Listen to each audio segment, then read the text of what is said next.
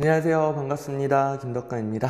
우리 서울시 9급, 지방지 9급 올해 마지막 9급 시험들이 끝났습니다. 아쉬운 결과를 내신 분들도 있겠지만 그래도 이번 시험을 발판으로 해서 다음으로 또 나아가야죠. 여기서 포기하고 좌절하는 게 아니라 이걸 통해서 성장해야죠. 여러분들 아픔은 잠깐이지만 이걸 버텨내면 성장은 영원한 겁니다. 그리고 지금은 너무너무 슬프고 지금 당장의 현실이 너무너무 감당하기 버거울 수 있겠지만 이런 과정을 거쳐서 저도 합격을 했고요. 저도 뭐 2번이나 떨어져 봤고요. 다음에 합격생으로 나아가는 게 더 중요한 겁니다. 다음에도 계속 아쉬운 결과를 내느냐, 다음에는 합격생으로 가느냐, 이렇게 문제 분석하면서 내 부족한 부분 찾고 채워나가는 거, 거기에서 달려있겠죠. 일단 이번 시험에서 제가 말씀드리고 싶은 거는 전형적인 9급 난이도의 문제가 출제가 됐는데, 전형적인 9급이라는 것은 그냥 17문제 정도는 기출문제에 있었던 거 거의 그대로 나왔다는 소리예요. 그냥 기출문제에 있는 결론만 알면 그냥 풀 수 있게끔. 근데 그 기출문제가 뭐 수만 가지, 여태까지 나왔던 모든 기출문제를 말하는 게 아니라 제가 단원별 기출문제집에 넣어놓은 2000문제도 안 되는, 그 2000문제도 안 되는 기출문제 결론만 알아도 풀 수 있는 게 17문제란 말이에요. 그럼 단원별 기출문제집 회독을 열심히 하신 분들은 뭐 내용 이해가 부족한 부분이 있어도 여기 결론 아니까 여기 바꿨네 땡, 여기 바꿨네 땡, 이렇게 바로바로 기계적으로 답을 구하고 85점은 깔고 들어간단 말이에요. 기본 점수 85점. 그런데 이 정도 전형적인 9급 난이도에서 기본 점수 85점부터 시작하는 게 아니라 그보다 안 나왔다. 뭐 공부 방향이 잘못된 거예요. 물론 절대적인 시간이 부족해서, 회독수가 부족해서 그런 건 상관이 없는데 공부를 정말 열심히 죽어라 했는데도 불구하고 점수가 안 나와. 아니 시험 공부하는데 그거만큼 억울한 게 어딨어요. 내가 진짜 더럽게 열심히 했는데 그 점수가 안 나와.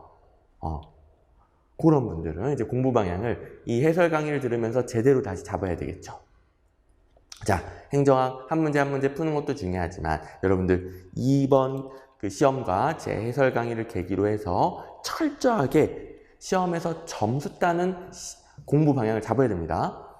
학문을 이해하는 공부하고 시험에서 점수 따는 시험 공부하고 절대 혼동하면 안 돼요. 오케이. 자, 그럼 가보도록 할게요. 일단 제가 매번 이런 식으로 이제 분석을 해주는데, 제가 기출문제에 이렇게 적어 놓은 건 단원별 기출문제집에 있는 2000문제도 안 되는 문제에서 딱 그 결론만 알아도 그냥 풀 수 있는 문제가 9급 평균적으로 이 정도 나왔다. 그 말은 시작 점수가 이거 이상해야 된다는 거죠? 시작 점수 85점 이상해야 됩니다. 그리고 당연히 행정학 범위는 무한정하기 때문에 뭐 생소한 문제 나올 수 있어요. 뭐 이런 문제들은 기출문제 집에 없었던 문제이고, 현실적으로 이것까지 대비하려고 하면 기출문제의 문제수가 2000문제가 아니라 5000문제가 돼야 되겠죠. 어마어마하게 광범위한 행정학에서 이런 거 당연히 나올 수 있는데, 이걸 대비하려고 하면 어떻게 된다? 이 중요한 걸 반복 못하니까 점수가 떨어진다. 이거 대비하려고 양 무한정 넓히면 안 돼요. 기본 점수가 안 나옵니다. 여기서 떨어집니다. 이걸 어떻게 맞추느냐? 기출문제에서 본 거 소거하고, 기출문제 패턴상 절대 답이 아닌 거 소거하고, 이러면서 정답률을 높여가는 거예요. 그래서 한 2~3문제 정도 나왔을 때 그걸 다 틀리는 사람은 없어요. 한두 문제는 다 맞아. 그러면 기본 점수 85점에서 시작하는 사람은 90점, 95점이 그냥 나온다는 소리가 되죠. 그러니까 요거 맞추기 위해서도, 고득점하기 위해서 요거 해야 된다니까. 이게 합격 메커니즘인데 어떻게 해? 합격생들이 이렇게 합격하는데 어떻게 해? 응? 자, 엉뚱한 거 혹은 시험에 안 맞는 거 혹은 그냥 자신이 그냥 하던 방식대로 공부하려고 하지 말고, 우리 시험에서 합격하려면 철저하게 시험에 맞춰줘야 돼요. 여러분들 목적의식을 분명하게 가지세요. 우리의 목적의식은 합격이에요. 합격. 점수 따는 거, 점수. 그러면 점수 따는 방향으로 공부를 해야 되겠죠. 꼭 공부 방향 제대로 잘 설정을 해주시고, 이번 문제에서는 17문제, 거의 평균치랑 똑같죠? 그리고 생소한 문제가 한 3문제 정도, 뭐 100점 방지용 문제는 뭐 거의 대비가 불가능하고 답을 구하기가 거의 힘든 그런 문제를 제가 100점 방지용 분류하는데 이번에는 없었습니다. 그리고 여기서도 여러분들이 어느 정도 답을 맞출 수 있었어요. 3문제 다. 그래서 실질적인 만점은 뭐 100점 방지용 문제가 없으니까 100점도 가능했던 조합이었고, 실제로 제 네이버 카페 김덕관 행정학 가보시면 100점 인증자들 꽤 많죠. 90점, 95점은 수두룩하고. 그다음에 요건 일단 다 맞고 여기서 하나 이상 정도 맞췄으면 고득점이 나오겠죠. 90점 이상이면 고득점 한 겁니다. 근데 여기서조차도, 그러니까 이건 일단은 다 틀렸다고 쳤을 때 여기서조차도 2개 이상 틀렸다 그러면 분발해야죠. 혹은 여기서 다 안 틀린다니까? 한두 문제 맞아. 근데 여기서 그렇다면 3, 4개 나가면은 이 점수가 나오게 되죠. 여기서 더 많이 틀렸을 때 당연히 75점 이하 기출문제집 공부부터 제대로 다시 해주셔야 됩니다. 제가 분발하라는 것은 요거 하라는 거예요. 요거. 다른 거 말고. 하여간 우리의 시간은 한정되어 있기 때문에 시험 문제와 상관없는 쓰잘데기 없는 걸 많이 보면 많이 볼수록 점수가 떨어지는 건 거슬 수가 없는 거예요. 시험에 나오는 것부터 먼저 잡아놓으면 자동으로 이런 걸 맞출 수 있게 되는데 무작정 범위를 넓히면 여기서 점수가 나가는 거예요. 떨어지는 거예요. 그리고 절대 모든 걸 다 이해하고 다 정리하고 문제에 적용하려고 하지 마세요. 시험 공부 그렇게 하는 거 아닙니다. 학문을 이해하는 거 아니라고 그랬죠. 문제 풀면서 문제의 결론을 암기하고 결론을 암기하다 보면 자연스럽게 이해가 되는 거예요. 이게 이해가 중요하지 않다는 게 아니라 이해는 강의 들으면서 하는 거예요. 뭐 이론 강의 들으면서 제가 열심히 설명해 주는 거 다 이해시켜 주는 거잖아요. 이해는 강의 들으면서 하는 것이고 혼자 공부할 때는 글 읽어서 해설 읽어서 이해 안 된단 말이에요. 거기다가 시간을 왕창 쏟고 시간 다 보내고 문제 안 풀면 점수 안 나온다. 이게 다 이해됐다 쳐. 일단 이해되는 데 한 10년 걸리겠지만 이해됐다 쳐도 문제 적용이 안 된다. 항상 문제의 결론 암기하고 이해가 덜 됐어도 결론 암기하고 결론에서 거꾸로 이해를 하도록 해야 됩니다. 그래야 빨리 점수가 나오는데 제가 말하는 건 무조건 빨리 점수 나오는 방법밖에 없어요. 자, 또 이렇게만 말하면 여러분들이 또 와닿지가 않을 수 있으니까 지금부터 본격적으로 문제로 들어가서 이번에 나온 문제랑 기출문제집에 있는 문제랑 일일이 비교를 해볼 거예요. 일일이 하나하나 비교해 보면서 얼마나 똑같이 나오는지, 그리고 결론하면 왜 풀 수 있는지, 이해 안 돼도 점수는 딸 수 있는지 일일이 비교를 해드릴 겁니다. 그동안 저랑 같이 수업부터 계속 참여하고 기출해설 강의도 여러 번 들어보신 분들은 익숙하겠지만 혹시 처음 보신 분들은 제가 일일이 비교해 드릴 테니까 마음에 사무치게 느끼면서 공부 방향 다 잡아주시기 바랍니다. 오케이. 자, 출제 영역은 뭐 재무이론이 조금 덜 나와서 좀 쉬워졌다. 그 정도밖에 특이사항이 없고요. 여러분들 재무이론 어려워하잖아요. 암기사항도 많고. 그래서 뭐 난이도가 꽤 쉬운 문제였습니다. 중간보다 약간 쉬운 정도? 그냥 전형적인 9급 난이도예요.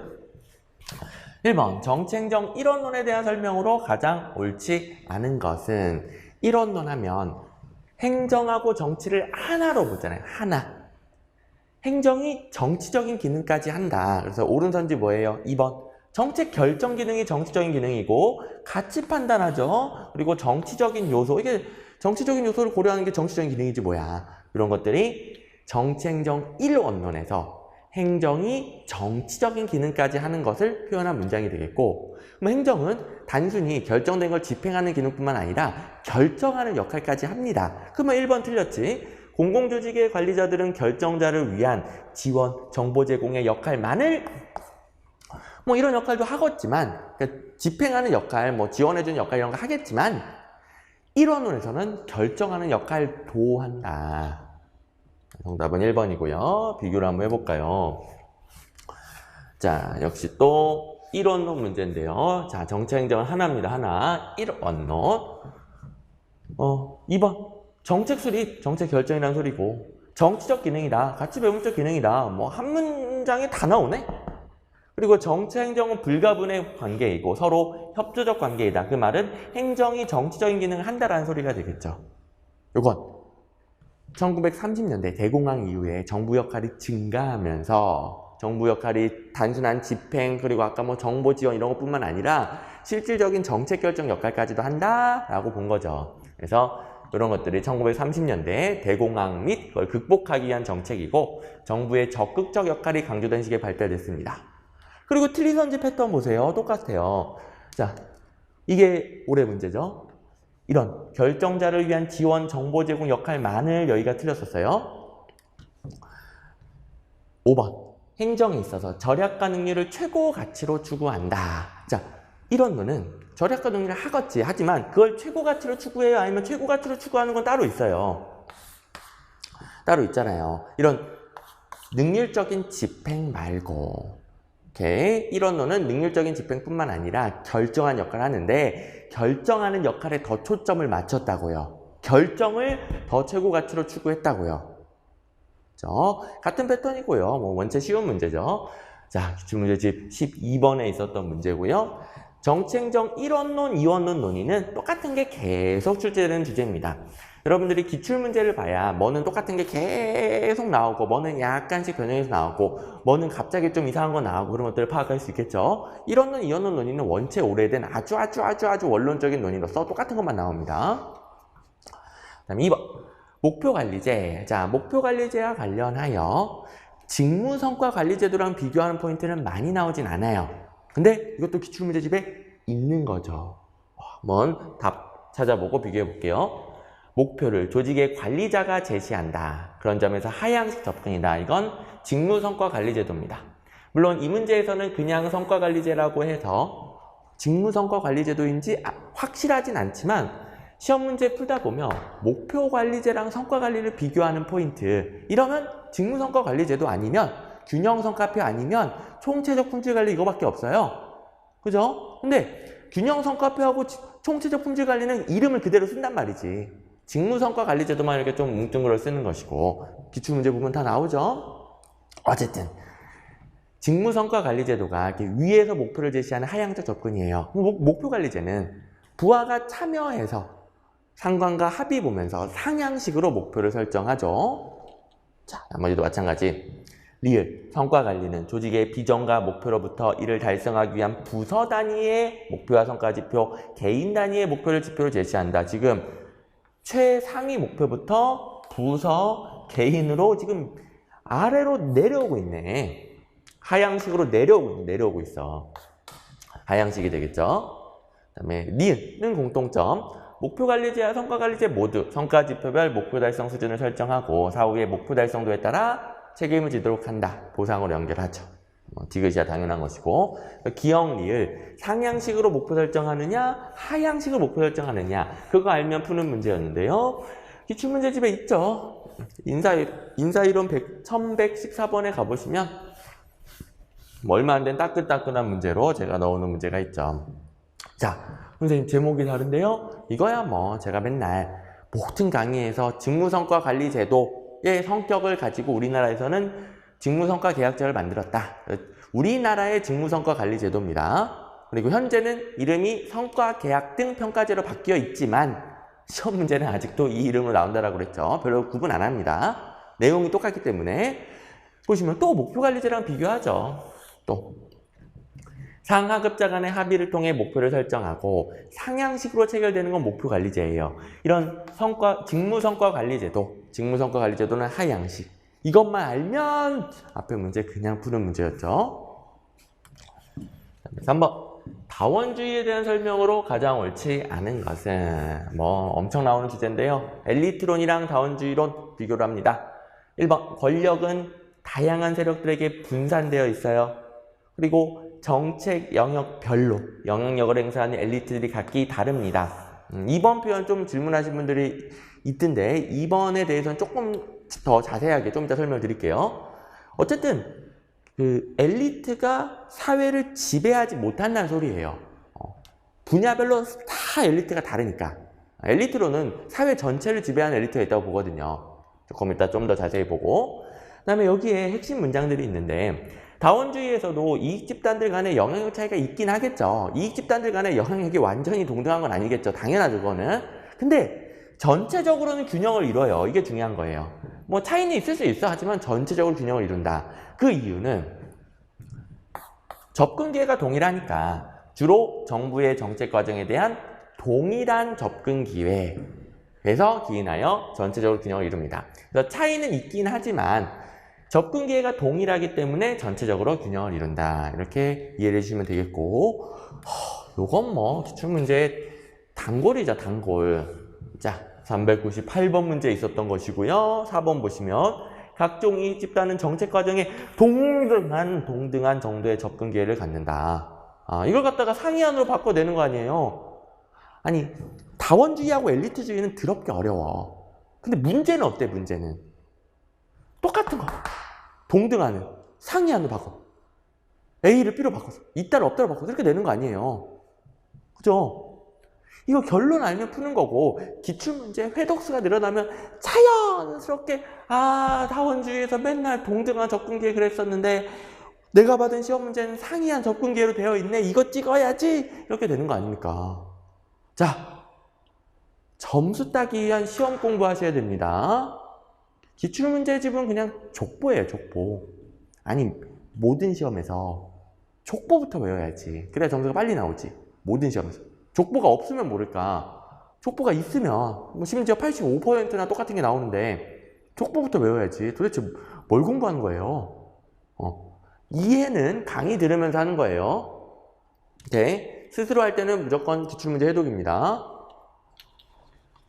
그 다음에 3번 보시면 엘리트가 모든 정책 영역에서 지배적인 권력을 행사하는 게 엘리트론이에요. 이것과 대비되는 표현이 원래 문제의 2번인데 모든 정책 영역이 아니라 정책 영역별로 엘리트들이 다 달라. 그 말은 사회를 지배하는 엘리트가 없고 분야별로 뭐 조직의 장이나 뭐 단체 장이나 뭐 있을 수 있는데 엘리트들이 있을 수 있는데 힘이 별로 없다.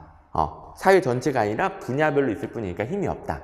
그리고 심지어 힘이 없으니까 사회가 요구하면은 그걸 그대로 만들어주고 요구하면 또 엘리트들은 만들어주고 요구하면 또 정책을 만들어주고 그럴 뿐이에요. 자, 이런 비슷한 표현이 이런 식으로 나오죠. 분야별로 엘리트들이 다르다 이렇게도 나오고 분야별로 엘리트들은 서로 다른 행태를 보인다. 다른 행태. 그 말은 각 분야별로 요구하는 대로 들어주기 때문이니까. 그렇죠? 자, 이해는 이렇게 저랑 강의 들으면서 하는 거고 여러분들은 항상 이제 결론을 외워주세요. 그 다음에 4번 공익에 대한 설명으로 가장 옳지 않은 것은 자 1번에서 뭐 공익 관련한 전형적인 문제가 나왔죠. 사익을 초월했대. 그러면 실체설. 과정설은 사익을 조정하는 것이고 실체설은 사익을 초월한 별도의 국가 전체적, 사회 전체적 공익이 있다라고 보는 것이죠. 1번 바로 5초 만에 나오는 문제고요. 이것도 봐보세요. 실체설과 과정설은 정말 더럽게 어려운 거예요. 실체설과 과정설 어떻게 이해해? 이해 안 돼요. 그런데 구분은 되죠. 우리 시험 문제에서 틀린 선지를 구분해낼 수 있을 정도로만 이해하면 돼요. 뭐 뿌리까지 다 찾아가지고 뭐 홉스, 흉 뭐 다 찾아가지고 이렇게 외울 필요가 없는 거예요. 오케이. 자, 그 다음에 실체설 2번, 4번에 또 있는데 지금 사익 개념이 아니라 사회 전 구성원의 총효율을 극대화해요. 전체 개념이죠. 그 다음에 4번 사회 공동체 내지 국가의 모든 가치 포괄하는 절대적인 선 전체 개념이죠. 사익을 초월했습니다. 1, 2, 4번 다 사익을 초월한 개념이고 과정설 같은 경우엔 사익이 모이는 거죠. 그래서 사익 간 타협 조정 과정을 거쳐서 얻어지는 것이다. 이게 이제 전형적인 과정설에 대한 표현인데 이 부분이 좀 거슬리죠. 사익의 총합 이거나 자, 요 사익의 총합은 옛날에는 과정설로 보는 학자도 있었고 실체설로 보는 학자도 있었어요. 이거 사익 아니냐, 과정설이야. 야, 총합 아니냐, 총합, 실체설이야. 이렇게 보는 학자들도 있었어요. 지금도 뭐 여러 가지 의견이 있어. 근데 요새는 경제학의 공익 개념인 공리설로 따로 정리하고 있는 추세입니다. 대학 교수님들 교과서도 그렇게 다 정리되고 있어요. 그래서 실체설에서도 틀린 선지, 과정설에서도 틀린 선지로 나온다고 그랬죠? 그래서 얘도 과정설은 공익을 사익의 총합으로 본다. 이러면 틀린 선지예요. 그런데 이런 입장도 있긴 있었으니까 뭐거나 그 다음에 이걸 달았어. 이러면은 애매하죠. 물론 이제 이런 식으로 옳은 선지를 출제됩니다. 애매하죠. 만약에 요게 1번보다 앞에 있었어요. 뭐 어떻게 해야 돼? OX를 판단하면 안 되지. 우리 연습했잖아요. 사익의 총합이다. 이건 틀리게 나오지만 이렇게 옛날에는 이런 의견도 있었기 때문에 여러 가지를 막 애매하게 서술하면 OX를 판단하지 않는다. 아니 학자들도 의견이 다르다니까. 수십 년 행정학만 한 학자들도 의견이 다른데 어떻게 우리가 이걸 정확히 이해해요? 말이 안 되지. 그러면 넘어가는, 실전에서는 OX 판단하지 않는다, 넘어간다. 이것만 잘해도 과목별로 2문제 이상 더 맞춥니다. 평균 10점입니다. 평균 10점. 명백하게 틀린 1번 있잖아요. 이거는 수도 없이 기출문제 나왔고 수도 없이 연습했던 거니까 1번 보자마자 답인데 이렇게 대비를 하셔야 됩니다. 실전에서도 이렇게 대처를 하고 뭐 얼마나 똑같은지 볼까요? 뭐 이런 문제 수두룩한데요. 1번 공익이 사익을 초월한다. 선언적 규범적인 것이다. 자, 이거는 제가 옳은 선지인데 모르고 옳은 선지인데 제가 모르고 색칠했네요. 실체설 맞게 나왔죠. 자, 공익이 사익을 초월하여 선언적 규범적인 것으로 본다. 실체설. 여기다가 과정설 넣어가지고 틀린 선지 만든 거 아니에요. 오케이. 이외에도 옳은 선지, 틀린 선지 비슷한 것들 엄청 많습니다. 이렇게 기출문제의 결론만 알아도 풀 수 있는 것들은 제가 위에다가 기출문제에 이렇게 달아놨던 것인데 5번 문제는 갑자기 생소한 문제로 바뀌었죠. 이번 시험에는 생소한 문제가 3개 정도 있었는데 생소한 문제는 기출문제에 있었던 걸로 속어에 가고 그동안 행정학 배워왔던 걸로 속어에 가고 기출문제 패턴은 속어에 가고 이런 식으로 경험이 쌓이면서 정답률이 올라가는 겁니다. 이걸 공부하고 다 외우려고 하면 안 돼요. 이거는 그냥 풀 수 있는 문제인데 1번 표현은 애매해요. 뭔 말인지 알 수가 없어. 가끔 너무 짧게 내면 뭔 말인지 알 수가 없잖아요. 합리성의 제약 요인 했는데 1번 뭐지? 그럼 넘어갑니다. 2, 3, 4번은 합리 모형 혹은 합리성의 제약 요인으로 여러 군데서 언급이 되죠.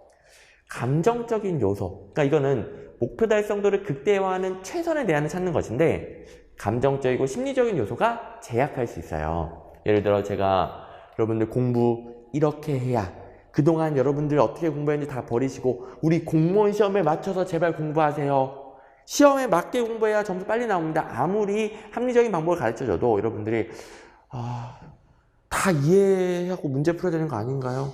문제 결론만 외워도 괜찮나요? 이거 지엽적인 거 안 봐도 되나요? 심리적인 요소가 불안하니까 여러분들 점수를 갉아먹잖아요. 그런 것들이 합리성을 제약합니다. 그 다음에 뭐 이상적인 합리성은 모든 대안을 모두 다 체계적으로 분석하는 것인데 비용과 시간, 노력이 어마어마하게 들어가죠. 그러니까 여러분들이 스스로 못하고 제가 밥만 먹고 이 시험 문제를 연구해서 여러분들의 비용과 시간을 줄여주는 거죠. 근데 실제로 여러분들이 저 대신 한다고 생각해 보세요. 어마어마한 비용, 시간, 노력이 들겠죠. 이것들이 합리성을 제약합니다. 4번. 지식 및 정보의 불완전성은 당연히 합리성을 제약하겠죠. 합리성이 완벽하려면 지식과 정보가 또 완벽해야죠. 오케이. 그럼 2, 3, 4번을 얼추 지워서 풀면은 잘 푼 거고요. 1번. 시험장에서 뭔 말인지 모르겠다 그러면 넘어갔었어야죠.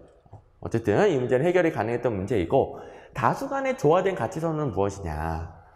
자, 합리 모형에서는 목표가 명확해야 된다고 그랬어요. 명확한 목표를 극대화하는 최고의 수단을 찾는 거니까 목표가 명확해야 돼요. 목표가 명확하려면 한 사회의 목표가 정해져 있어야 된다는 소리잖아요. 그러면 그 사회의 다양한 가치들이 응축된 합의된 목표가 필요한 거예요. 그래서 기출문제 보다 보면 합리 모형에서는 목표에 대한 사회적 합의가 먼저 필요하다 이런 문장 많이 나오죠. 그 말입니다. 여러분들이 이걸 유추해내기 어렵기 때문에 제가 생소한 문제로 분류했을 뿐 그러니까 완전 똑같은 게 아니기 때문에 생소한 문제로 분류했을 뿐 그래도 행정학 공부하다 보면 풀 수 있는 문제 다수간의 조화된 가치 선호가 있어야 명확한 목표 설정이 가능하다. 어떤 의미인지 이해되시죠? 오케이. 그 다음에 6번 우리나라의 책임운영 기관에 대한 설명으로 가장 옳지 않은 것은 자, 이 문제도 이제 생소한 문제로 분류됐는데 1번, 2번은 기출문제 있는 거니까 일단 지우고 시작해야 됩니다. 생소한 문제지만 정답률은 50%짜리예요. 자, 신공관리론의 조직원리고요. 성과중심 정부. 그래서 책임운영기관의 장에게 자율성을 부여하고 성과로 책임지도록 하죠. 이게 성과중심 관리지. 이건 이제 당연히 지워야 되겠고 모르는 게 3, 4번인데 그럼 연도 어떻게 다 외웁니까? 다 못 외워요 이거. 시험에 어쩌다가 나오긴 하는데 책임운영기관의 연도 이게 많이 나온 게 아니라 각종 제도들의 연도가 어쩌다가 한 번씩 나온단 말이에요. 그걸 외울 바에는 다른 거 공부할래. 외워도 어차피 까먹으니까 계속 헷갈리고. 자, 여기서 두 개 모르는 상황에서 3번 같이 어떤 유형을 이렇게 쭉 나열한 거 치고 틀린 선지로 나오는 거 못 봤죠. 예를 들어 맨날 시험 문제 유형 구분이 나와. 그런 거 말고 맨날 나오는 유형 구분 말고 그냥 뭔가 처음 보는데 유형을 쭉 나열해놨어. 이런 거 틀린 선지로 나오는 거 별로 못 봤죠. 그래서 요거밖에 할 게 없나 보다 라고 찍었으면 굉장히 잘 푼 거죠. 이런 식으로 정답률을 높여 나가는 겁니다. 기출문제 패턴을 알아야 3번 같은 거 정답 아니던데 이렇게 푸는 거란 말이에요. 소거하고 알고 있는 거 소거하고 패턴으로 소거하고 다 기출문제 있는 거. 오케이. 그 다음에 책임운영 기간은 뭐 이런 식으로도 풀 수 있긴 해요. 신공관리론적인 개혁이 우리나라에 언제 들어왔습니까? 1997년 동아시아 경제위기, 뭐 IMF 경제위기라고도 하는 그 위기를 극복하기 위해 우리나라에 들어왔죠? 이런 것들은 뭐 이론 강의 시간에 배우긴 하니까 그게 떠오른 분들은 1995년일 리가 없네? 이렇게 푸는 거죠. 구체적인 연도는 중요하지 않습니다. 2000년인가 그렇습니다. 그 다음에 7번 가보시면 행정 통제에 관한 설명으로 가장 옳지 않은 것은 자, 1번 행정 권한의 강화 및 행정 재량권의 확대. 요새 행정부가 하는 일이 전문화 복잡화되면서 행정부의 권한이 커지는 행정국가화 현상이 나타나고 있습니다. 그 1930년대 행정국가 현상에 비유해서 행정국가 정부 역할이 커졌죠. 신행정국가에서 작아졌죠. 요새는 다른 이유로 다시 또 행정국가 현상이 나타나고 있대요. 그러면 행정통제의 중요성이 커지겠죠. 행정부가 하는 역할이 늘어났으니까. 그럼 3번 보면 그 이유에 뭐가 있다? 행정이 하는 일이 너무 전문적이고 복잡해졌다. 그래서 현대에도 행정국가화 현상이 나타나고 있고 자 그럼 잘 보세요. 행정이 하는 일이 너무 어려워. 그러면 외부에서 행정이 하는 일에 대해서 잘 모르겠네. 외부 통제가 쉬워요 안 쉬워요? 외부 통제가 어려워지지. 행정이 하는 일이 너무 전문적이요. 어떻게 알아? 그래서 입법부, 시민 등등 외부 통제가 약화되고 있고 요새는 내부 통제를 강조하고 있습니다. 이건 뭐 어마어마하게 나왔던 거죠.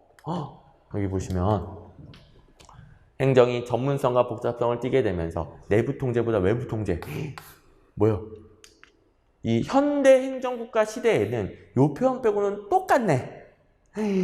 똑같네. 뭐 띄어쓰기 정도 다르네. 이렇게 나오는 겁니다. 그리고 제발 제가 기출문제집에 넣어놓은 거는 출처 연도 불문하고 다 보세요. 제발. 제가 어느 시험이든 언제든 나올 수 있는 것들만 넣어놓은 거예요. 오케이? 2004년까지 봐야 돼요. 국회에서 봐요. 제가 엄선해 놓은 걸 보면 돼요. 여러분들이 2004년까지 다 찾아보라는 게 아니라 맨날 똑같이 나오는 거 똑같이 나오니까요. 지금 15년이 지나도 똑같은 거 나오니까. 오케이? 자, 그리고 제 기출문제집 처음 보시는 분들은 이 번호가 있고 그 밑에 관련 틀린 선지가 있습니다. 관련 틀린 선지는 원래 문제의 출제 포인트랑 같은 관련된 틀린 선지를 모아놓은 것이고요. 그러면 같은 출제 포인트를 조금 다른 문장으로 연습할 수 있게 되겠죠. 근데 여기 문제에도 이거 있고요. 관련 틀린 선지에도 이거 두세 개 있는데 많은데 그 중에서 가장 똑같은 걸 제가 골랐을 뿐이고 어쨌든 이런 식으로 계속 반복된다. 이 문제에만 비슷한 게 한 3개 달려있다. 이제 하나 제가 설명 안 하고 넘어간 것 같은데 4번 보시면 7번입니다. 지금 7번 4번 보시면 일반 국민은 선거권이나 국민투표권 행사를 통하여 행정을 간접적으로 통제한다. 선거권은 간접적인 거 맞죠? 대표를 뽑는 거니까. 근데 국민투표권 이거 직접 아닌가요? 이렇게 푸신 분들 혹시 있을 수 있어요. 혹시 있을 수 있는데 국민투표에 대해서는 직접적인 참여 제도라고 하긴 하지만 그래도 우리나라 같은 경우에는 국민투표를 아무래도 국민의 대표가 발의하고 국민이 직접 청구하고 이런 제도가 좀 미흡하다 보니까 이렇게 쓴 것 같아요. 근데 이 부분은 논란의 여지가 있어요. 국민투표권이 간접이다. 이건 논란의 여지가 있어요. 하지만 복수 정답은 안 됩니다. 아시겠죠? 논란의 여지는 있지만 복수 정답은 안 된다. 그리고 시험장에서 이런 거 신경 쓸 필요 있다 없다. 이렇게 똑같은 게 나오는데 이걸 제대로 결론을 외운 사람은 이거 4번 찍는다, 안 찍는다? 안 찍는다. 이렇게 똑같은데 누가 4번 찍어? 오케이? 시험은 이렇게 대비하는 겁니다. 당연히 이상한 거 있을 수 있지. 특히 행정학은 있을 수 있지. 근데 그게 여러분들을 점수 따는 걸 방해하지 못해요. 근데 방해받는 사람도 왜 이렇게 많아? 그렇죠? 제대로 공부방에 이번에 다시 잡으세요. 점수가 요 정도 시험에서 85점 못 넘으면 공부방에 다시 잡아야 됩니다. 오케이. 특히 75점 미만은 기출문제 독수 쭉쭉 올려주시고, 얼마나 억울해. 열심히 했는데도 점수가 안 나오면. 시험 공부하면서 재밌는 거 하나도 없잖아요. 뭐가 재밌어? 다 희생하고 자기 시간 없고 그런 게 이제 시험 공부지 뭐. 근데 유일한 재미는 공부했는데 점수 나오는 거. 그게 유일한 재미 아니에요. 근데 공부했는데 점수가 안 나와. 그럼 당연히 하기 싫지. 하기 싫으면 공부량도 줄어들고 당연히 떨어지죠. 그러니까 점수 따는 공부를 하셔야 돼요. 그래야 합격도 하고 공부도 신이 나고 더 빨리 합격하고 다 돌고 도는 거지. 선순환. 8번 로이의 정책 이용 중 선거구의 조정 등 헌법상 운영규칙에 관련된 내용으로 구성정책이네. 뭐 지겹게 나왔죠? 선거구의 조정. 원래 문제래. 기출문제 옛날에 나왔던 거 보시면 이런 문제 말고도 많습니다. 선거구의 조정 있네. 구성정책 있네. 그리고 이것도 2001년 행정고시 문제 이런 것까지 봐야 돼요. 나오잖아요. 똑같이 제가 넣어놓은 건 보는 거예요. 뺀 건 보지 말고 볼 수도 없죠. 어쨌든 제가 넣어놓은 건 보는 겁니다. 9번 행정통제가 특이하게 두 문제나 나온 패턴인데요. 공식적이면서 내부 통제 유형에 포함되는 방식으로 옳은 것은, 자, 감사원이 공식적이면서 내부 통제죠. 어마어마하게 쉬운 문제였고, 이거 구분하는 거 되게 쉽죠.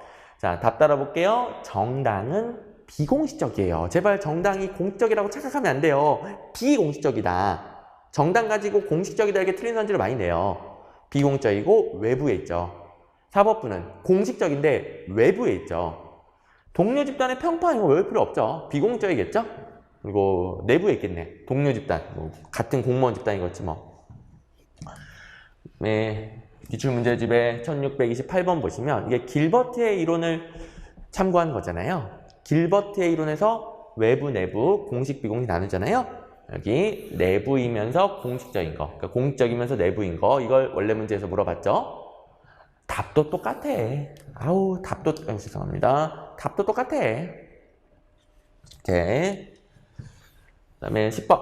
허쉬와 블렌차드 모형. 제가 모든 강의에서 심지어 이 시험 가장 직전 강의에서까지도 허쉬와 블렌차드, 그 라이브 특강에서도 이 문제 하나 풀어주면서 허쉬와 블렌차드에서는 부하의 성숙도에 따라 지시, 설득, 참여, 위임 이 순서 나온다. 요거밖에 낼 게 없다. 모든 강의에서 말했고 직전 라이브 특강까지도 꼭 언급했던 그 내용이죠. 그대로 나오죠. 그대로. 소름 끼치죠. 일단 부하의 성숙도가 상황 변수다. 이건 외워야 되겠고, 부하의 성숙도가 가장 미성숙한 상황에서 성숙해 나간다고 할 때 가장 효과적인 리더십, 지시, 설득, 참여, 위임. 지시, 설득, 참여, 위임. 지겹지 않아요? 답은 3번이 되겠습니다. 이렇게밖에 안 나옵니다.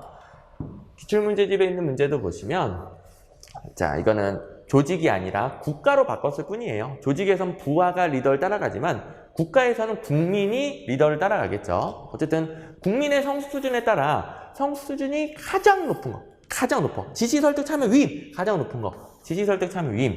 그렇죠? 이렇게 푸는 문제였고, 선생님 여기에 순서는 다 안 나와 있는데요. 가장 높은 것만 나와 있지. 그래서 제가 암기용 해설을 다 넣어놓잖아요. 왜냐면 시험 문제 이거 나오니까 이거 암기용 해설에 제 기출문제집 혹시 처음 보신 분들은 암기용 해설은 여러분들이 문제 풀어야 되는데 가장 결정적인 그런 키워드를 달아놓는 거고요. 어느 부분이 틀렸고 어느 부분이 맞았다. 뭘로 바꿔야 된다. 이렇게 적어놓은 것인데, 요건 이제 요거 외우라고 제가 암기용 해설에 암기하라고 적어놓은 거 아니에요. 맨날 요거 나오니까. 지시, 설득, 참여, 위임.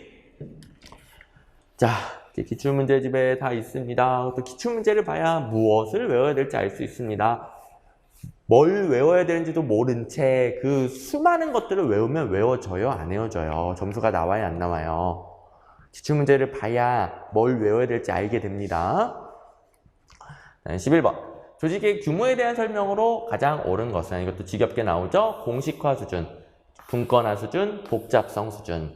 조직의 규모가 커질수록 공식화 높아진다, 복잡성 높아진다, 집권성 낮아진다. 근데 분권하니까 집권성이 낮아진 거죠. 3번만 맞고요. 뭐 2번은 안 배워도 풀죠. 규모가 커지면 구성원의 응집력이 당연히 약해지죠. 사람도 많아지고 별의별 이상한 사람 다 들어오고 모이기도 힘들고. 2번은 뭐 행정학 안 해도 맞추는 것이고, 행정학에서 물어보는 건 1, 3, 4번. 자, 이거 뭐 지겹게 나오는, 또 맨날 똑같이 나오는, 이유 필요 없어요. 결론만 알면 되는 부분입니다. 규모가 커질수록 복잡성 증가, 규모가 커질수록 공식성 증가, 규모가 커질수록 집권성 감소, 분권화. 똑같네. 넘어가고. 12번. 재정 자립도. 자, 재정 자립도도 제가 모든 수업 시간에 피토하면서 말했죠? 재정력 평가 지표 중에서 재정 자립도가 가장 많이 나오고, 가장 많이 나오는 이유가 땡땡땡땡 때문이다. 이렇게 뭐 수도 없이 말했죠? 자, 재정 자립도는 세입 총액에서 지방세 수입과 세액 수입이 차지하는 비율이니까 이거 뭐예요? 자주재원이란 말이에요. 자주재원. 자주재원. 그죠? 그러면 의존재원이 빠진다는 점에서 어떤 문제가 생겨요. 그거 가지고 맨날 틀린 선지 만든다. 기출문제집에도 어마어마하게 많고. 가볼게요. 2번. 자주재원이 적더라도 중앙정부가 지방교부세를 증액하면, 자, 지방교부세 증액하면 세입총액은 늘어나겠지. 분모는 늘어나겠지. 근데 분자는 그대로죠. 분자에서 이런 지방교부세 같은 의존재원을 따지지 않으니까 재정자립도가 오히려 여기다 할까요? 감소합니다. 오히려 감소합니다. 그래서 지방교부세를 증액해봤자 재정자립도는 안 올라갑니다. 오히려 감소. 안 올라간다. 요게 어마어마하게 시험 문제 나온다. 자, 이런 재정력 평가 지표들은 돈이 많아지면 많아질수록 지표도 크게 나와야 뭔가 안 헷갈리죠. 근데 이건 의존재원 받았어. 아니, 지방교부세가 의존재원인지 모르면 말이 안 되고, 의존재원 받았어. 돈이 많아졌어. 그런데도 불구하고 오히려 감소해. 그러니까 헷갈리는 거죠. 요 점을 비판하면서 시험에 이렇게 엄청 냅니다. 3번도 똑같은 거예요. 똑같은 거. 재정자립도가 높다고 지방정부의 실질적 재정이 반드시 좋다고는 볼 수 없어요. 왜? 의존재원이 빠져 있으니까. 실질적인 재정력은 쓸 수 있는 돈인데 의존재원도 쓸 수 있는 돈이잖아요. 그 다음에 4번. 이런 것도 잘 나옵니다. 그러면 재정자립도를 높이기 위해서 뭐 해야 되느냐. 재정자립도를 높이려면 뭐 해야 되느냐. 자주재원을 늘려야지. 그러면 지방세를 늘리든가 세외 수입을 늘리든가 요걸 늘려야지. 요걸. 그래서 국세, 지방세 이전은 지방세를 늘리는 방법으로서 재정자립도 증대에 도움이 됩니다. 지방세 자체가 늘어나니까. 지금 이 개념, 문제점, 그 다음에 높이는 방법 다 시험 문제 틀린 선지로 잘 나옵니다. 4개 다 어마어마하게 중요해요. 개념, 이거 헷갈리면 안 되죠. 자주재원이니까 재정 자주도 이러고 있으면 안 돼요. 라인 맞추면 안 된다고 그랬어요. 자주재원은 재정 자립도. 오케이. 자, 비교해 봅시다. 재정자립도 개념의 한계, 문제도 그냥 한계를 이렇게 직접적으로 내죠. 1번, 일반회계에서 차지하는 자체재원, 자주재원입니다. 비율이 높을수록 재정자립도가 높게 산정돼요. 그럼 지방교부세를 받은 지방자치단체는 돈이 많아졌어. 그럼에도 불구하고 재정자립도는 반대로 낮아지게 된다. 그 다음에 지방자치단체들은 재정자립도 향상 차원에서 지방교부세 증액을 위해 노력한다. 지방교부세 증액해봤자 재정자립도 안 올라간다. 안 올라간다. 옳은 선지, 틀린 선지 다 확인을 해봤네요. 이런 식으로 1932번 같은 문제에서 원래 문제고 거기에 같은 출제 의도이면서 다른 식으로 연습할 수 있게 관련 틀린 선지가 이렇게 달려있는 겁니다. 틀린 선지만 어차피 시험 문제에서는 틀린 걸 골라내야지. 뭐 옳은 걸 골라내서 답을 바로 찾는 경우도 있지만 대부분은 틀린 걸 골라낼 줄 알아야죠. 또 틀린 선지로 나오는 부분이 정답인 옳은 선지. 그러니까 옳은 것을 고르시로 했을 때 정답인 옳은 선지로도 나와요. 그만큼 중요한 거니까. 13번. 우리나라 주민투표 제도에 대한 설명으로 가장 옳은 것은, 자, 1번처럼 모르겠다. 그럼 실전에서 넘어갑니다. 2번. 주민투표에 붙여진 사항은 법에서 정한 경우를 제외하고는 주민투표권자 총수의 3분의 1 이상의 투표 맨날 나오죠, 이거. 틀린 선지로도 나오죠. 지금은 옳게 돼 있고. 과반수의 늑표 맨날 나오죠. 이것도 틀린 선지로 엄청 나오죠. 자, 이게 정답이죠, 지금. 자, 틀린 선지로도 어마어마하게 많이 나오는 게 옳은 걸 고르라고 했을 때 옳은 선지로도 이렇게 나오는 거예요. 중요하니까. 2번 알면은 1번과 전혀 1번을 몰라도 그냥 푸는 거죠. 자, 1번 어려워요. 단순함기를 해야 되는데 시험에 안 나와. 어쩌다가 나와도 필요가 없어. 오케이? 제발 우리의 시간이 한정되어 있다는 것을 꼭 생각하세요. 시간이 무한하지 않아요. 시간이 한정되어 있습니다. 중요한 거에 집중해야 문제가 잘 풀리는 거예요. 3번. 지방자치단체의 장은 주민 또는 지방의회 청구에 의한 경우가 아닌 자신의 직권으로도 주민투표를 실시할 수 있습니다. 주민투표 실시, 주민도 되고 지방의회도 되고 장의 직권으로 되죠. 이것도 기출문제에 있는 것이고. 4번. 외국인도 조례로 정하면 참여할 수 있죠. 그래서 다짜고짜 참여할 수 없다 그러면 틀리죠. 뭐 전부는 아니지만 참여할 수 있는 경우가 있으니까. 1번과 상관없이 지금 2, 3, 4번을 잘 알아두셔야 됩니다. 문제는 뭐 2번만 알면 푸는 거지만 다음 시험을 대비해서 2, 3, 4번 다 알아두시고 1번 몰라도 돼요. 그냥 듣고 땡 하세요. 주민투표는 이 팩트는 맞아. 1994년에 지방자치법에 들어왔어요. 근데 시행은 2004년도. 그래서 안 해도 돼요. 94년도에 지방자치법에 개정됐으나 2004년 이래 지금부터 지금까지 시행되고 있다. 2004년 이래 지금까지 시행되고 있다. 이건 이제 팩트는 맞다. 하지만 시행이 아니다. 됐습니다. 자, 중요하다고 했었던 2, 3, 4번 비교해 볼게요. 맨날 이 부분 낸다고 그랬고 여기는 틀린 선지로 냈네. 주민투표 3분의 1 이상의 투표, 과반수 투표. 틀린 선지로 나오고 옳은 선지로 나오고 그다음에 주민투표, 주민도 청구할 수 있고 지방의회도 청구할 수 있어요. 그때 애만 아니죠. 단체장 직권도 된다니까. 그다음에 제1국민은 모두 주민투표권을 가지지만 국내 거주 외국인은 투표권이 없다? 있다니까. 다는 아니지만 있을 수 있다니까. 다 있었던 거네. 오케이. 14번 네트워크 조직 구조가 가지는 일반적인 장점에 대한 설명으로 가장 옳지 않은 것은 자, 네트워크 구조 중심 조직이 핵심 업무만 하고 나머지는 부수적인 업무, 외부 기관을 통해서 계약을 통해 수행하죠. 그래서 유연하고 자율적으로 환경 변화에 대응할 수 있고 다양한 외부 조직도 활용해서 창의력을 발휘할 수 있고 그다음에 다양한 외부 조직으로부터 오는 정보를 통해 통합과 학습이 가능하고 환경 변화에 따른 불확실성도 감소시키고 환경 변화가 있으면 외부 조직을 조정하죠. 이런 것들은 뭐 당연한 것들이고 4번 조직의 정체성과 응집력 요게 떨어진다. 기출문제 맨날 있죠. 왜? 중심 조직은 엄청 작아졌고 나머지는 그냥 남이야 남. 외부 기관.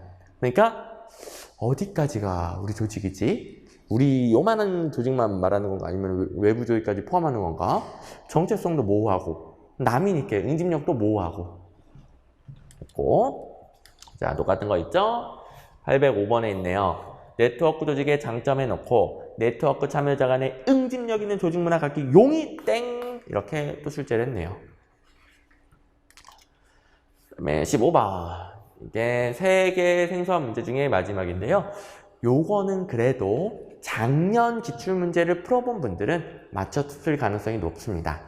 작년 기출문제 풀어본 분들은 작년에 그래도 모든 직렬의 모든 문제를 몇 년치를 다 볼 수는 없지만 그래도 작년 거는 모든 직렬 문제를 보는 게 좋거든요. 제가 맨날 추천하는 게 시험 직전에 3에서 5개 정도 자기 직렬 문제는 꼭 풀어봐야 되고 지방직이면 지방직 이렇게 그 다음에 작년 문제는 제가 그냥 문제집으로 내주잖아요. 작년 문제는 그래도 다 풀어봐야 되지 않을까 최신 경향이니까 문제집으로 아예 2018년도 기출문제 해설집 그래서 기출문제집과 별도로 내주잖아요.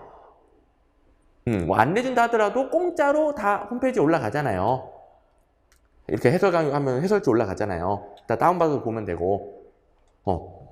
그걸 이제 풀어봤던 분들은 풀 수 있었을 것 같은데, 그래도 기출문제, 단원별 기출문제 집에는 똑같은 게 없기 때문에 제가 생소한 문제로 분류해놨을 뿐입니다.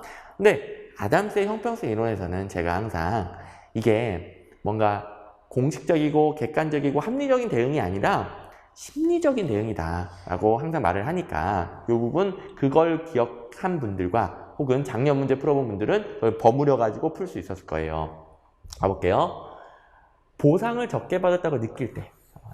느껴. 이게 심리적인 거야, 심리적인 거. 그러니까 똑같이 이랬는데 보상이 적어. 아담스의 공정성 이론에 따르면 구성원 A 행동 전략은 심리적으로 짜증이 나고 불안하고 이렇게 하는 거지. 다른 사람과 뭔가 다르니까. 그러면 대응도 심리적입니다. 자신의 투입을 변화시켜. 나도 조금 일할란다.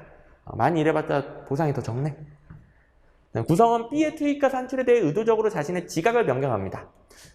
쟤는 알게 모르게 더 열심히 했겠지. 야근 더 많이 했겠지. 내가 놀 때 했겠지.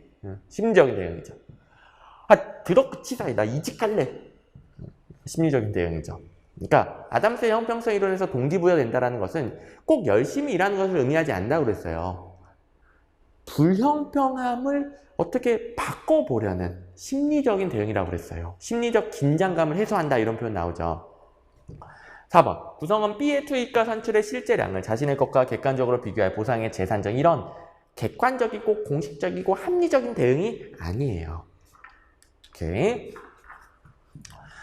자, 그래서 수업 시간에 제가 말했던 걸 다 기억할 수는 없겠지만 그래도 작년 기출문제 해설집에 보시면 작년 서울시 7급 문제에서 또 느껴. 불공정하다고 느낄 때, 실제로 불공정한지 여부는 중요하지 않아요.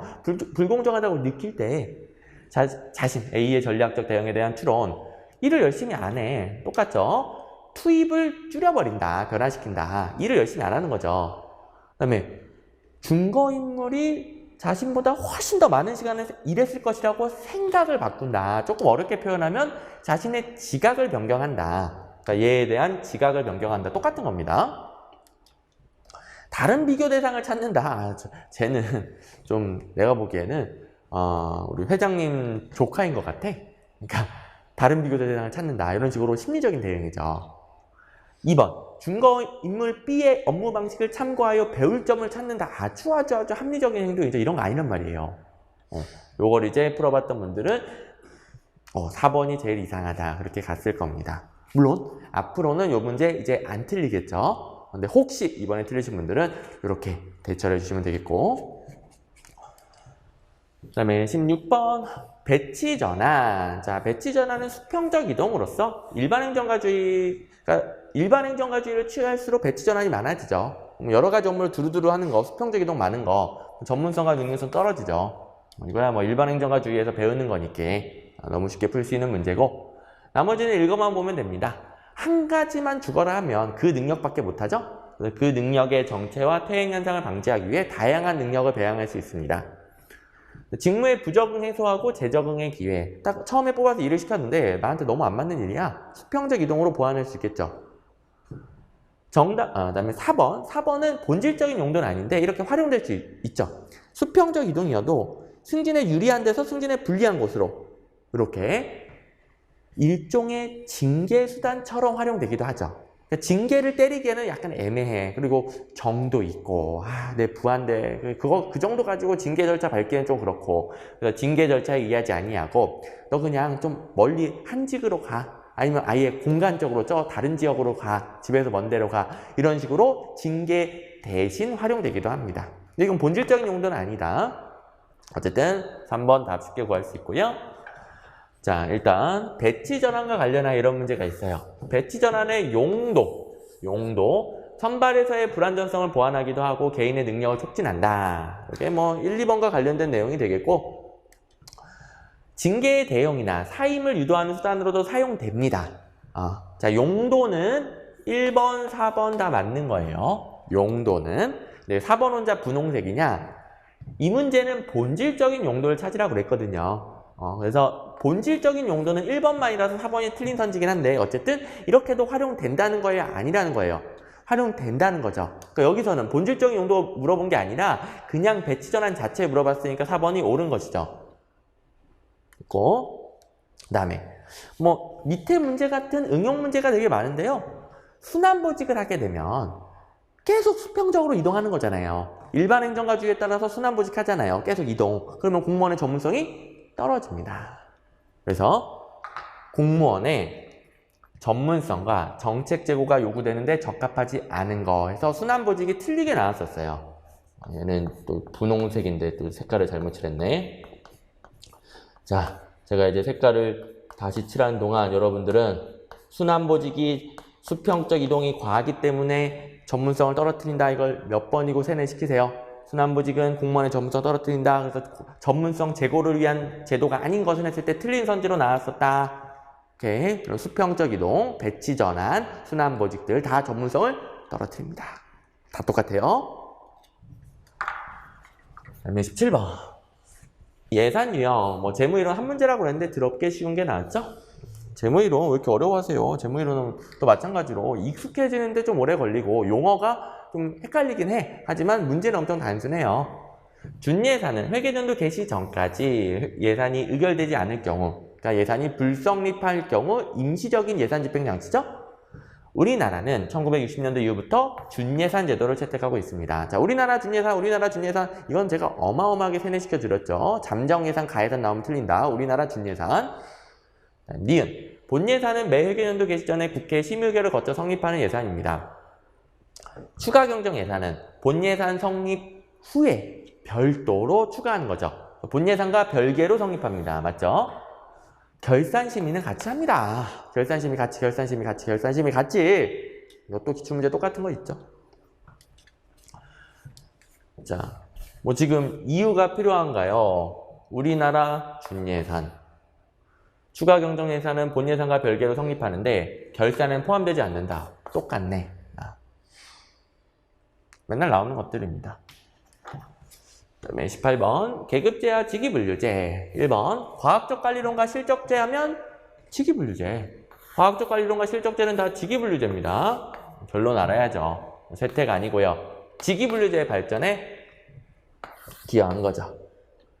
그다음에 3번 공무원 개인, 이 사람의 능력이나 자격을 기준으로 공직을 분류하는 건 계급제. 직위분류제는 이런 사람이 아니라 직무의 종류, 난이도, 책임도에 따라서 분류하죠. 그건 사람의 능력 아니고. 4번. 계급제와 직위분류제는 절대 양립 불가능합니까? 우리나라도 섞어 쓰는데요. 대부분의 나라에 섞어 쓰는데요. 우리나라는 계급제를 기반으로 한다는 맞아요. 하지만 직위분류제적 요소도 섞어 쓰고 있습니다. 답은 2번인데 우리나라 국가공무원법에는 직위분류제의 주요 구성 개념인 직위, 직군, 직렬, 직류, 직급 또 하나 등급도 있죠. 어쨌든 이런 등이라고 했으니까 괜찮고 등이 제시되어 있다. 2번은 당연히 옳은 선지죠. 1, 3, 4번 지어서 풀어도 되겠고요. 볼까요? 직위분류제 출발에 영향을 미친 거. 과학적 관리론, 실적주의 이렇게 옳은 선지로 이렇게 나오잖아요. 과학적 관리론, 실적주의, 직위분류제. 과학적 관리론, 실적주의, 직위분류제. 이유 필요 없어요. 계급제. 개별 공무원의 자격과 능력. 공무원 개인의 자격과 능력에 따라 분류하는 거 계급제. 3번. 많은 나라, 조금도 아니에요. 많은 나라가 계급제의 골격을 유지하면서 직위분류제를 도입하고 있다. 이러니 절대 양립 불가능하다 그러면 틀리죠. 우리나라도 마찬가지. 계급제의 골격, 계급제를 근간으로 하면서 직위분류제를 가미하고 있습니다. 19번. 보기의 설명에 해당하는 근무 성적 평정 방법으로 옳은 것은 요새 강제배분법에 누군가가 꽂혔나 봐. 출제자 중에서. 국가직 9급에서도 강제배분법 똑같은 거 나왔죠. 근데 또 나왔네. 지방직 9급에서. 아니, 서울시 9급에서. 지겹죠. 자, 일단 많이 나오는 부분은 이 부분이죠. 국가직 9급도 이거 가지고 냈습니다. 이 방법을 통해 성적 분포가 과도하게 한쪽으로 집중되는 것을 막아준다. 강제배분법이죠. 근데 이건 미리 성적 분포의 비율을 정해 놓습니다. 그렇기 때문에 한쪽으로 쏠리지 않는 거죠. 원래 문제 볼까요? 관대화, 엄격화, 집중화 경향을 방지할 수 있는 거. 이게 한쪽으로 쏠리는 거잖아요. 좋은 점수 쏠리는 거, 중간으로 쏠리는 거, 나쁜 점수 쏠리는 거. 요걸 방지할 수 있는 거 고르시오. 강제배분법. 16년도 서울시 9급에서도 3년 전에 나왔던 거 또 나오고. 이거 다 제가 서울시 8개년도 기출문제 변형 문제로 다 연습시켰던 거죠. 다 풀어보셨죠? 그 다음에 올해 국가직 9급 12번에도 집중화 경향과 관대화 경향을 시정하기 위한 방법을 적절한 강제분법 또 나오고 올해 문제도 있고 기출문제집도 있고 그 다음에 제가 서울시 9급 변형 문제로도 줬었고 여러 가지로 연습시켰던 거니까 절대 틀리면 안 되는 문제, 엄청 잘 나오는 문제. 마지막 20번입니다. 20번 주민자치, 단체자치 어렵죠. 어렵지만 이것도 시험 문제에서 맨날 나오는 것만 알고 있으면 풀 수 있어요. 잘 보세요. 1번 전래권은 단체자치, 고유권은 주민자치. 요거 뭐 어마어마하게 나왔죠. 2번 잘 모르겠으면 넘어갑니다. 3번 모르겠으면 넘어갑니다. 4번 주민자치는 자치사무와 위임사무를 구분하지 않고요. 단체자치는 이를 구분합니다. 이 두 개는 맨날 시험지에 있었던 거예요. 기출문제집에 있어. 모르는 거 나오면 넘어가. 그럼 4번 하면 되잖아요. 됐죠? 자, 비교해 볼까요? 지금 잘 보세요. 문제가 지금 바뀌었습니다. 기출문제집 문제로. 바뀌었습니다. 근데 뭐 1번이 변하질 않아. 봐봐. 1번이 한 글자도 안 변해. 한 글자도. 그렇죠? 있었던 것이고. 그 다음에 3번. 주민자치가 자치사무와 단체임사무를 엄격하게 구분하지 않고요. 그 다음에 또 분홍색이 안 됐니? 단체자치가 자치사무와 위임사무로 구분합니다. 자, 이유 물어봐요? 안 물어봐요? 안 물어봐요. 결론, 주민자치는 구분하지 않는다. 단체자치는 자치사무와 위임사무는 구분한다. 자, 주민자치는 구분하지 않는다. 단체자치는 구분한다. 됐죠? 기출문제는 결론만 알면 푸는 거예요.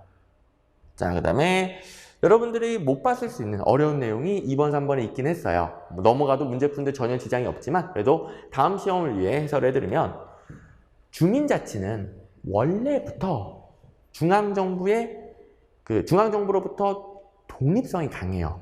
원래부터 독립적이에요. 독립적. 주민자치는 자치정부의 주민 참여에 초점을 둡니다. 근데 단체자치는, 자, 2번은 오른선지인데 제가 일부러 색깔을 맞춘 겁니다. 단체자치는 지방자치단체의 중앙정부로부터 독립에 중점을 둔대요. 무슨 말이냐? 단체자치 쪽은 중앙정부에 대한 종속성이 강해요. 종속되어 있으니까 제발 좀 우리 독립시켜줘! 이렇게 초점을 맞추는 거예요. 얘는 원래 독립되어 있으니까 여기 관심이 없고, 그러면 지방분권 해야 돼요, 독립해야 돼요, 제발 좀 독립시켜주세요 이러는 건 단체자치 쪽이에요. 단체자치. 자, 기출문제 올해 2번 보시면 2번에 단체자치가 지방분권 이념을 강조해요. 근데 이거 둘 다 지방분권 아니에요? 근데 단체자치는 지방분권이긴 한데 중앙정부에 대한 지방정부의 종속성이 강하기 때문에 지방분권의 이념을 더더욱 강조한다. 이게 중앙정부로부터 독립을 강조한다랑 같은 말이에요. 주민자치는 원래 독립성이 강하니까 어떻게든 주민들이 더 많이 참여하는 풀뿌리부터 민주주의를 실현하려고 합니다. 그래서 얘랑 2번이랑 같은 말이에요. 같은 말. 좀 어렵죠? 근데 이런 것들은 제 설명을 들으면서 깨달아가는 것이고 실전에서는 몰랐어도 풀 수 있다. 상관없다. 그 다음에 3번. 요거야말로 진짜 거의 안 나오는 부분인데 자, 여태까지 뭐 물어본 적이 없는데 뭐 결론은 이렇긴 해요. 어디 갔니? 단체자치 쪽이 이것도 제가 색깔을 잘못 칠했네. 단체자치 쪽이 의결기관과 집행기관을 분리하여 대립시키는 기관 분리형이에요. 그 이유는 집행기관을 따로 시험 쳐서 뽑아서 관료들로 구성하잖아요. 뭐 단체장은 주민이 뽑긴 하지만 그 집행기관을 약간 중앙정부의 하급기관처럼 부리려고 하는 거예요. 그래서 약간 종속성이 강한 단체자치에서 기관 분리형이고 주민자치는 주민이 짱이요. 주민의 대표만 있으면 돼. 그래서 지방의회가 의결기관, 집행기관 다 구성하죠. 따로 관료 뽑고 그런 거 물론 하급 관료 있겠지만 따로 구성하는 거 없죠. 그래서 주민자치 쪽이 기관 통합형입니다. 그래서 우리나라 같은 경우에도 단체자치의 특징을 많이 가진다라고 그래요. 우리나라도 지방정부의 종속성이 좀 강하고 기관 분립형이고 이렇게 주요 선진국들은 대부분 기관 통합형을 취하고 있죠. 또 결론만 딱딱 외워주시면 되겠습니다. 그러면 20번까지 마무리됐고요. 여러분들 이제 좀 공부 방향이 잡히시나요? 이제 네이버 카페 가보시면 90점 이상 수두룩 하다라고 그랬죠. 어떻게 공부했길래? 요거 이제 기본 점수 85점에서 시작한 거예요, 그분들은. 그 다음에 요걸 바탕으로 해서 이런 것들 맞춰 나간 거죠. 이거 해설 들어보니까 그래도 다 맞출 수 있을 것 같죠? 3개를 완벽하게 맞추지 못하더라도 한두 개는 맞출 수 있단 말이에요. 정답률이 그리고 점점 올라간단 말이에요. 이거 잘하면, 이거 결론 잘 알면 얘네들도 정답률이 올라갑니다. 그러니까 이 부분 기출문제, 그 단원별 기출문제집 회독으로 완벽하게 제발 대비를 해두시고, 그거 하다 보면 여기 정답률 자연스럽게 올라간다. 생소한 문제에서는 5번, 6번은 그냥 참고만 하고 넘어가면 되겠고, 중요도 C급입니다. 15번 아담스의 형평성 이론만 그래도 B급은 되니까 아담스의 형평성 이론만 좀 챙겨두시고, 얘는 이제 없죠. 자, 좋습니다. 이번 기회로 여러분들이 빨리 점수 따기 위해서 어떻게 공부해야 되는지 제대로 방향을 잡았기를 바랍니다. 다음 시험에는 방향 잡은 거 실천하셔서, 제가 이렇게 피토하면서 말했으니까 실천하셔서 꼭 좋은 점수를 따고 합격하시기 바랍니다. 고생하셨습니다.